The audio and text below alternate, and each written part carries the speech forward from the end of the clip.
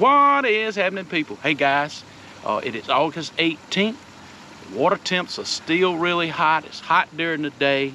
I'm going to show you a surefire method. We're going old school today to fill your cooler or to fill your live well with crappie. So hey guys, stay with us. I hope you enjoy the video.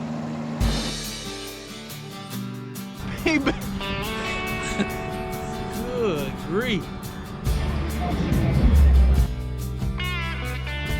good old crappie right there, boy. That's a nice one. Yes, sir. Boom!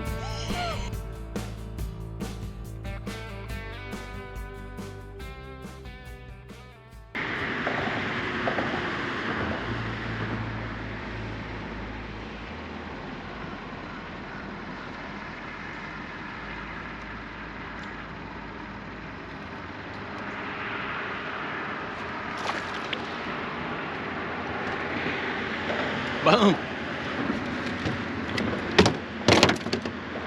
Boy, he like to fell back in the water.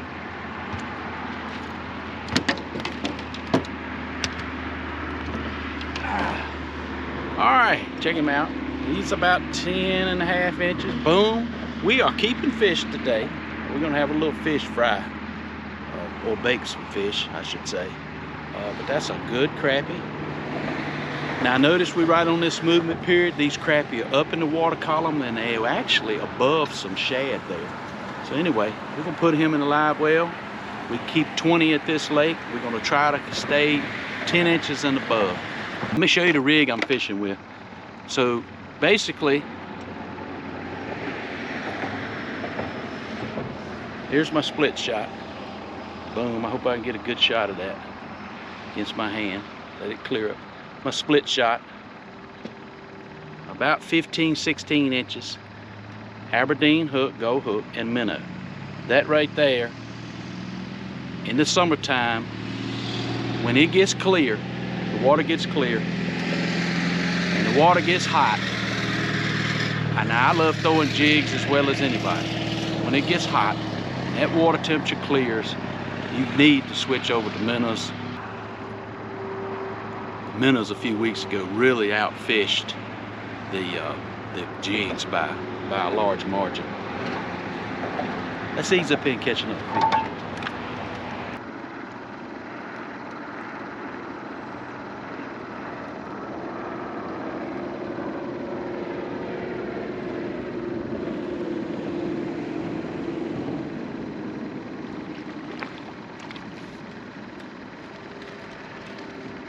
The way he was darting around, he acted like he was bigger than what he was.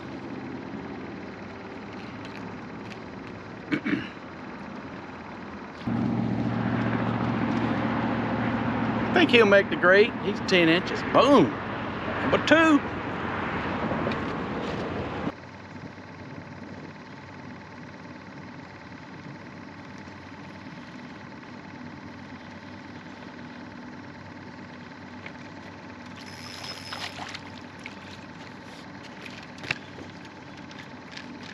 These rascals are biting easy.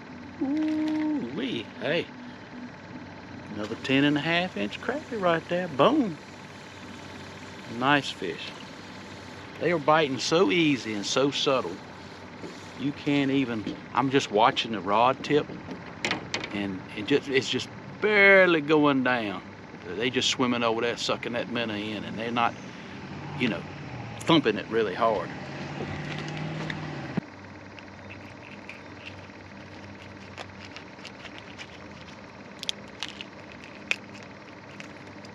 Time to move, we're catching little ones. Now, if we stay away from this, we can do this minnow just like we can a jig. We can stay back and I can pitch this minnow out past it and then allow it to free fall through the strike zone right back by the top of the tree. Same difference. Now, I've got an 1/8 ounce weight on top. Now, it's gonna sink fairly quickly, so I gotta keep the rod tip high and just follow the lure back, not allowing it to get hung. Not sure if it's any fish in here or not, but hey, let's go catch a fish. I think I messed the last spot up. The way the wind was blowing when I stopped the boat, we went right over top of the brush. I think that spooked the fish. So we had another spot here. We're gonna see if we can catch some fish out of this one. Looks like some fish on it.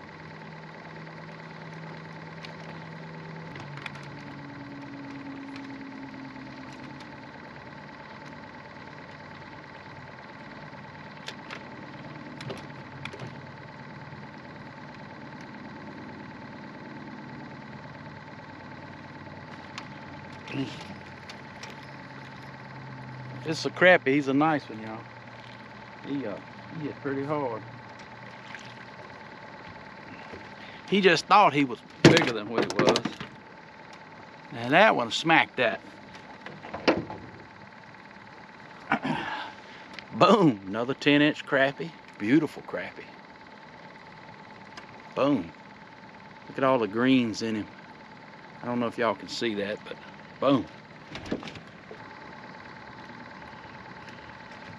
Now, I'll tell you what, I see these crappie up. These crappie are up in the water column somewhat. A lot of them are up around the 15-foot mark. And many times when you see crappie up shallower, up in the water column, they are in a kind of a feeding mode.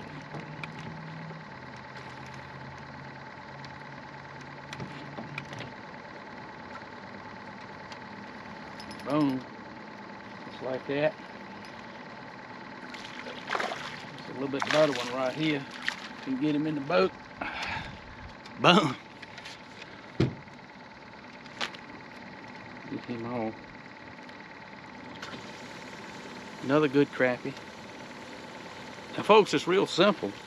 Now I'm staying back from this tree about 25 or 30 feet. And instead of vertical jigging the minnow straight down, I'm just pitching it out and allowing it to fall really slowly through that water column, because those fish are right up on top of that brush. So if I get over them, they're gonna either scatter, move, or go down the brush. So boom. So as long as I'm being successful pitching out to the brush before I have to vertical jig it, that's what I'm gonna do.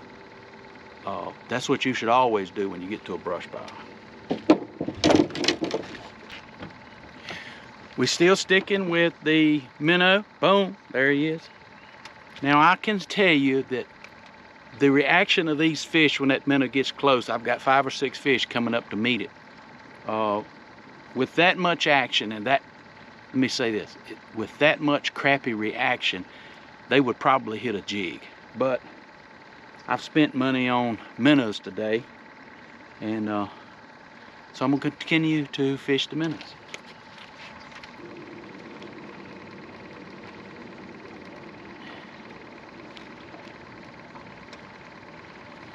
Okay, I'm gonna try to show you this in real time. So right now we're gonna switch over. All right, let's make a cast. Stay at 20 feet. We're gonna pitch out just like this right here. And we notice we missed them. All right, so we out about 20 feet. We're gonna pitch out. Boom. You see the lure dropping in there? Right on top of the fish. And we're just gonna barely move it. See if we get bit.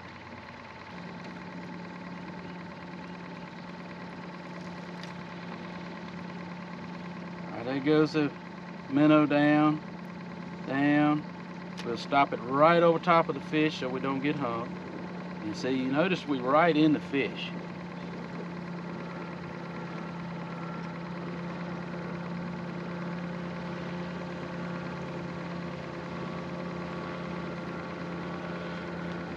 Boom, just like that. Oh, come on.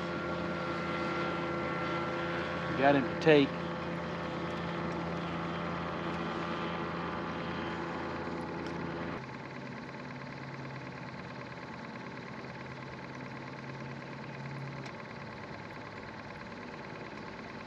Boom. And just like that, boom. Pick the fish up. This is a little bit, well, this is another average fish. Average summertime crappie.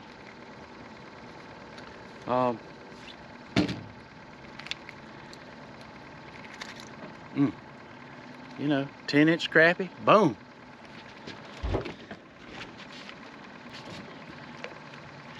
If you'll notice, when you was watching the little footage of the live scope, when you get up to brush, you always want to throw out past it for a couple of reasons. Now this is a tip. This is learning. If you're new to crappie fishing, you need to know this and you need to apply it. So let's say this is a stump. Bass fishermen, most all bass fishermen know this. So we're fishing in 15-20 feet of water with an 1/8 ounce lure, and you cast the lure out past the stump. Let's say you passed it to the structure, bridge piling, whatever it can be. If you cast it to this point, it starts to sink, and if you move it, then it's going to come off of the structure. Say the fish are stacked up here, right? Cast it here, falls, and it starts floating away from them. Now, if you cast out past them, you're 15 feet, passed out past them, count 5-6 seconds, whatever you think it takes to get to the top of it. Now it sinks here, and you stop it. Now it's coming through the strike zone much longer, floating right over top of that brush. Same way if you cast in a bass lure, you want to cast it out past it and bring it to it. You'll just be more successful if you do that. That's why sometimes you see I cast and I was right over the brush. It took me a few minutes. The boat's floating around. I don't have spot lock, so it's floating around. I don't have a buoy marker. Another reason to put a buoy marker out. I didn't put a buoy marker out because I didn't know how long I would be here. So cast out past, let it sink, come back through the strike zone. Boom, there you go.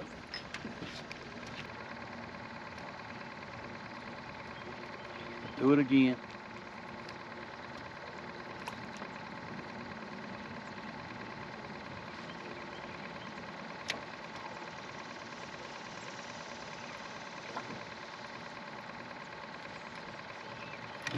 Just like that, boom. Oh, this feels a little better. Oh yeah. Oh yeah. That got a little bit better right there. Boom. And that's a good crappie right there. Boom. Good crappie. So that's an 11-inch fish right there, y'all.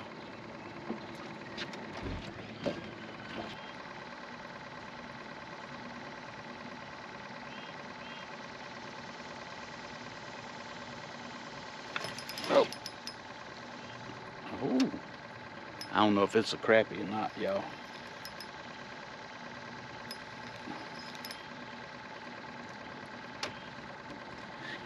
He foul hooked around the tail. Look at that. Everybody can't do that, y'all.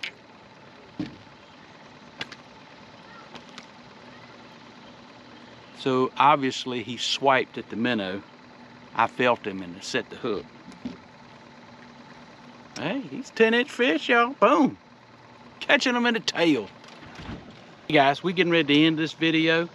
You know, all in all, it's a good day. We caught our limit. We caught our 20 fish. We headed to the house. And we fished old school. We fished minnows. When that water gets crystal clear and that water gets hot, 85, 87, 89 degrees, if you'll switch to minnows, you will catch more fish. And we went over a lot of tips today that will help you as a fisherman if you remember these tips and apply them when you go fishing. Guys, don't forget to hit that subscribe button below. Subscribe to the channel. That really helps me out if you subscribe to the channel. And remember, God is good all the time, and all the time God is good. Don't forget to click that like button, hit that notification bell so you don't miss an episode of Wildlife Adventures. And as always, you remember, it's a wild life, and I'll see you in the field.